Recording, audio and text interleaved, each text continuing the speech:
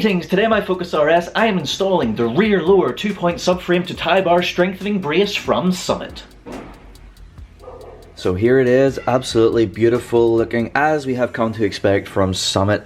Just that beautiful orange sparkly paint job is just absolutely perfect. It's incredibly light, yet it is incredibly strong. It is, of course, as you can see from this little sticker, it is made from aluminium alloy 6061, so it is essentially aircraft grade, beautifully welded joints, forged ends. It's not just hollow on the inside, it does have this special 3-layer design, so it has lots of strength without being heavy. So that is fantastic. So this tie bar is going to work in conjunction with our other tie bars that we put on the rear lower before. So the idea with this one, obviously it is one piece, it's 2 points, and this will strengthen the forward section of the rear subframe. It's essentially just going to be the ultimate awesome setup. So like I mentioned, it does have this beautiful paint job, and we do want to protect it as we have done on the last 2 Summit videos. So I am going to do the exact same process. Platinum wheels from Carbon Collective, ceramic coat, 2 layers, leave it for a couple of hours, and then we will be good to go with the installation. So I will fly through this as I have before. So alcohol wipe, prepare the surface, remove anything that's left on there from the factory, apply our ceramic coat with a cotton applicator, and then microfiber to remove any excess, and that's that.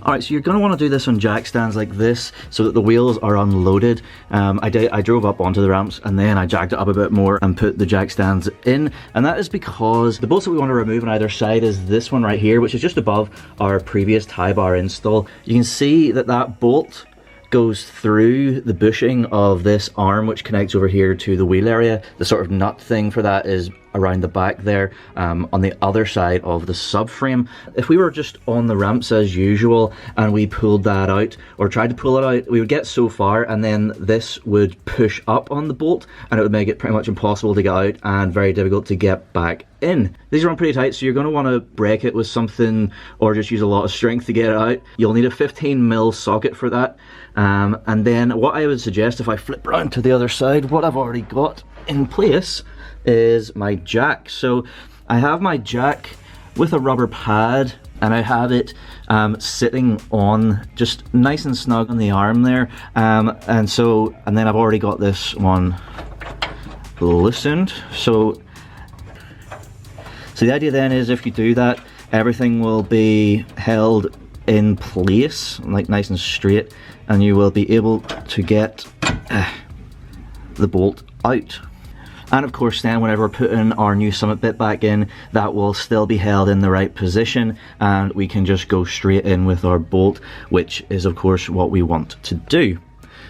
So it might be an idea then as well to get this side of our new Summit piece in place so that I don't have to mess around moving the jack around. So a couple of little tips. It is quite dirty under there and cruddy. Obviously it's exposed to the elements as you drive. So, well, don't be like me, wear gloves. Also, if you want to, before you start, give the bolt a little spritz with some WD-40. So now what I'm going to do is I'm going to Loctite Blue just around here. As you can see on the bolt, there was some Loctite Blue applied in the factory just right around here. So I'm just going to mimic that with some nice fresh stuff just in case, of course, just by taking this out, you know, that will have diminished. So we'll freshen that up. Then I will loosely get this one back on. You can see the torque wrench. We do need to torque it up later on, but we don't need to do that just yet. We're just going to get it snug and then we'll get the other side off and get the other side in, and then once we do that we will tighten everything up properly with the torque wrench.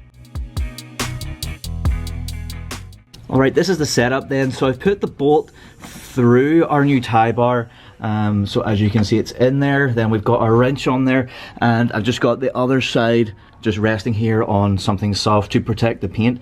You can see it's like totally loose, so I am able to then tighten it to a degree. But at this point I'm just going to tighten it until this sort of starts to feel like it's catching a little, but it's still movable because obviously we want to get it up onto the other side. One thing that you want to check is that you've got your arm at the right height with your jack. To do that you're going to have to go around the back because it is up in here. Hopefully you can see the bolt that has engaged right into the nut. Of course the nut is fixed in place, and you can see that everything is nicely aligned, and I am indeed screwing that in there. If you're not 100% lined up, it probably won't screw in, so what you'll need to do in that case is manipulate your jack a bit, move the arm up and down, and also because it is a rubber bushing in the middle, you will be able to manipulate the actual bolt itself, left, right, up, down. Give it a good push as well so that you're all the way through the bushing. Once you have it nicely aligned, get it started on them threads and get it screwed in. Alright then, at this point right here, I would say this is a perfect point to go and do the other side. Just repeat the same process. So you can see I'm still kind of loose, but you can see there as well, our bolt is right in through the nut, so we know that we are perfectly in there and perfectly aligned. So yeah, ready to move on to the other side. Alright, on to the other side then, and I mentioned earlier about breaking this bolt off because they are on tighter. They're certainly on tighter than these ones. It's a tight space if you're just on jack stands, so using a full-length breaker bar is kind of awkward in here. So one option is to use just a regular old spanner, get it on the end of the bolt nicely, and then use a hammer and tap it until it comes loose, and then at that point we can just come in with our regular wrench and just remove the bolt.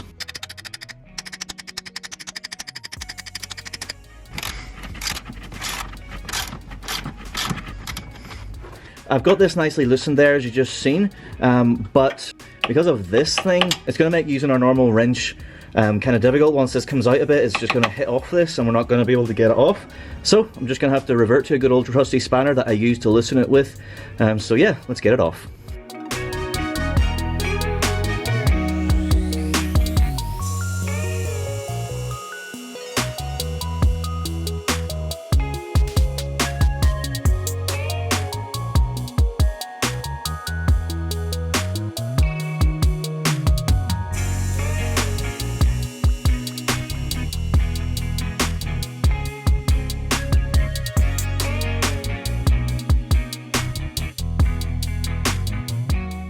Alright, as before then, we just need to get a wee bit of nice fresh Loctite blue.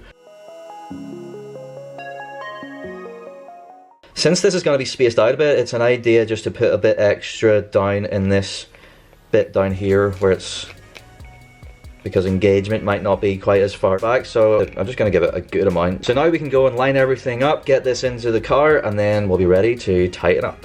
Let's bring this up. Get our bolt through here a bit. This side is a little bit more awkward with the positioning of these plastic things, so we just have to try and manipulate it as best we can and get it going by hand first.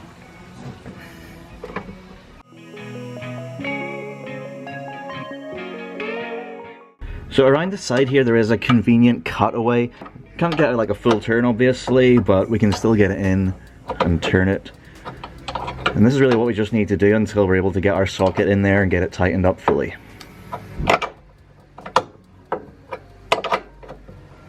Same from the other side, hopefully you can see there. I can start to see the bolt coming through on our threads, of course, which is exactly what we want. So we know that we are aligned, we know that we're going in. You can just see it poking through there, can you?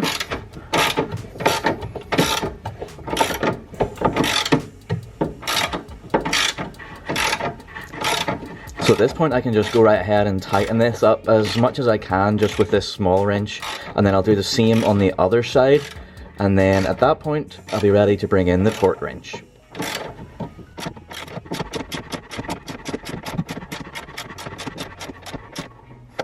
I checked the torque before I started and it was fairly high. It was higher than these boyos. It was like 130 Newton meters, so that's exactly what I'm going to dial in right now with my torque wrench.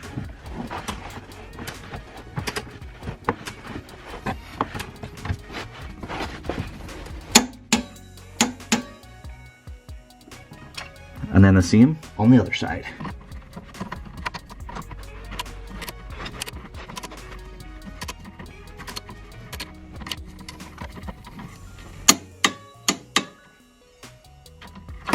And with that, we are installation complete.